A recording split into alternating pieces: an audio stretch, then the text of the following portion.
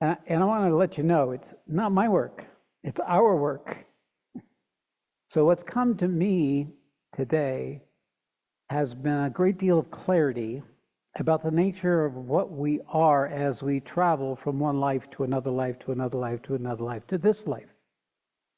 And that we all came because there was something in us that came for the world, not for ourselves. So you may not be able to get this, or maybe you will, but the basic characteristics of those who have come for the world is faith and grace. Faith is evidence that there's a reason you're alive without knowing why. Grace is evidence that there's been a degree of support or abundance that has allowed you to come forward different than other ordinary human beings. So I'll share with you how the particulars of this. Because you could say I'm a ringleader. There's a number of people with me who are ringleaders. They just haven't grown into it yet. That means people act as the touchstone or the coach or the organizing a stand in which those of us gather and find our way to discover articulately in this life, in our experience, in our knowing what that purpose is and how to live it. And in that context, then, we're no different. It's just a matter of roles, and the roles come because of the previous lives. But we gathered together before we took birth, and we chose to come right here after World War II, most of us having been engaged in that time from the 20s and 30s, 40s to the war ended, because there was an opportunity for humanity to leap out of the trauma and the process that humanity went through that led to those two world wars, where fundamental structures had lost some of their command and authority over consciousness.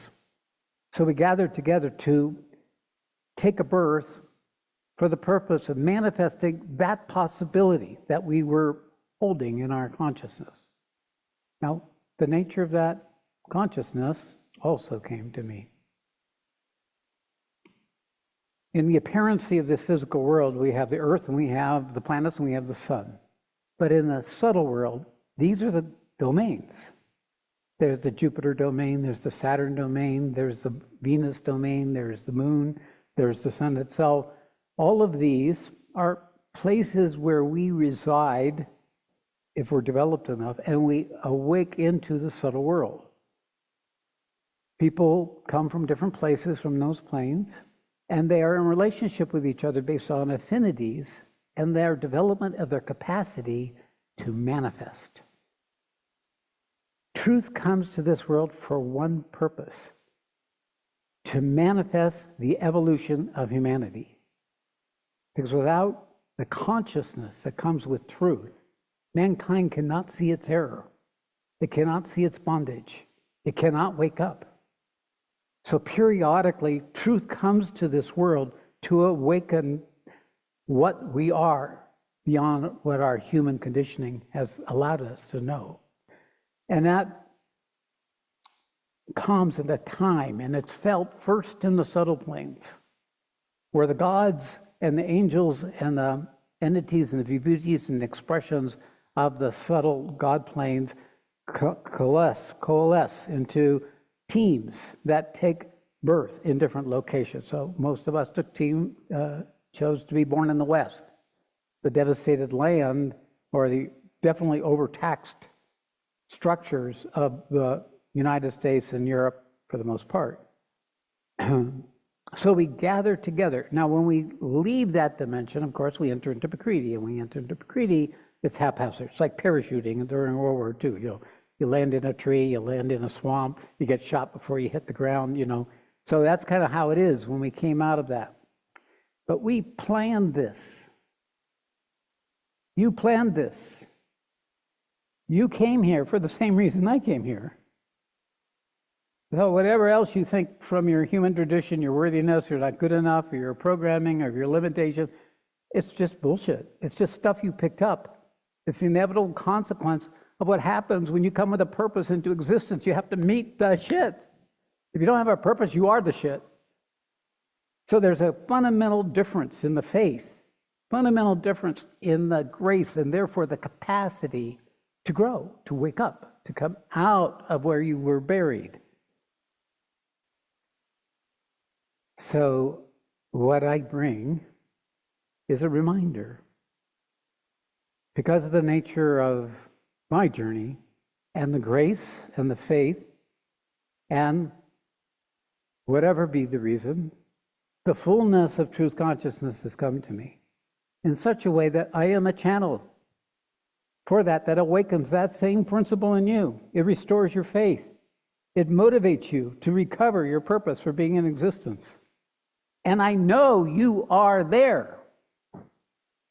Don't believe the bullshit your mind and your vital and your story tells you. You are an agency of the collective consciousness through your position as coming from the higher domains of the subtle world, taking a body, willingly sacrificing your peace, your fulfillment, the depths of the love and the connection of beauty and wonder, to come into the holocaust of this diminished condition and to become it. And the more fully you are able to embody it, the more capable you are of becoming an agency that can be the remembrance, that can be the call up to what it is that we really don't want to remember if left to our programming and left to the environment that arises always around the battlefield. The peril brings out the worst in most people, brings out the best in a few. The determination of where the peril goes is really maybe a matter of proportion, but it's very different.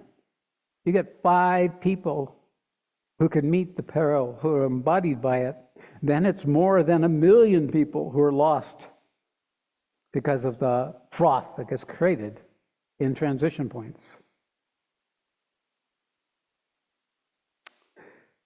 So the issue here is, what can you give, not what you can get. What can you bring forward from what you have and bring it so others can begin to recognize and remember their purpose? Well, it's nice to know that when you're alone with yourself, that simultaneously you're being attended to by the other universal beings who didn't have your courage to come into existence. They're still in the stadium. They're still in the bleachers. You're in the arena. So you will have, by being here, already chosen to enter this battlefield. It is your battlefield. I'm not doing this. You're not doing it. You think your ego is living you? Come on. It's not your ego living you. It's the divine living you.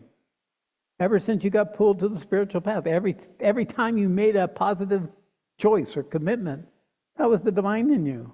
And it's no different than you, so it's real hard for your ego to lay claim for it or to recognize it's not me doing this. It's my divinity doing this. I can say that now. I can say that my divinity is speaking. I'm perfectly fine to just be nothing right now, just to be the agency for it to come into existence. And I play it. We play together. We dance. I haven't been able to crack jokes recently. That part of it is because I get overtaken by the intensity of what's being moved. So, you get crucified, you think you did it, and then the mother says, "Oh, good. Next." And she gives you the next thing. And then you go again, and then you go again, until you get used to being crucified. Cost of the job, It's one of those things. It's poison at the beginning and nectar at the end. That's how it works. You got to eat the poison, then the nectar is birthed.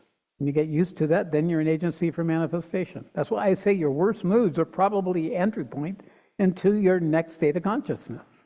If you can learn to ride the worst moods, and they're never easy because there'll be the next level of your capacity to be, you will be opening the next level of what's possible for you in consciousness. So the grace is when the bad moods come, when you're in doubt and when you're in confusion and you're overtaken.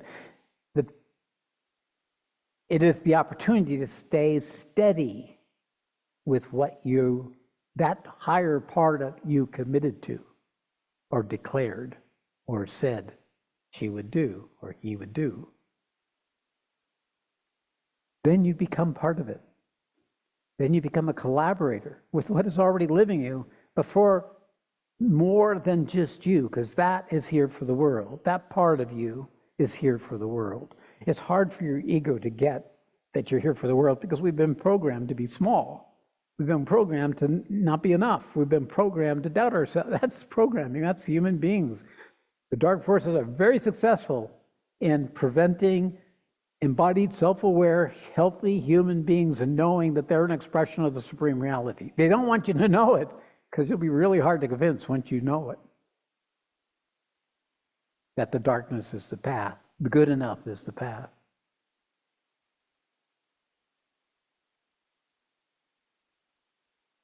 Good enough doesn't cut it. And you'll know this for yourself. You don't need me to tell it. You know it for yourself. And you'll know it for yourself if it is enough. By the process each day is. By the vigorousness in which your life becomes. By the opportunities of engagement and encountering with what is in the way or what still doesn't work. If these things are still vigorous, then congratulations, you're in a Sat Shree program. This is now your Sat Shree program. You're learning to be the manifestation of the Sat Shree because every single day is proof that you're now in collaboration with the manifestation of something that's not quite yet here.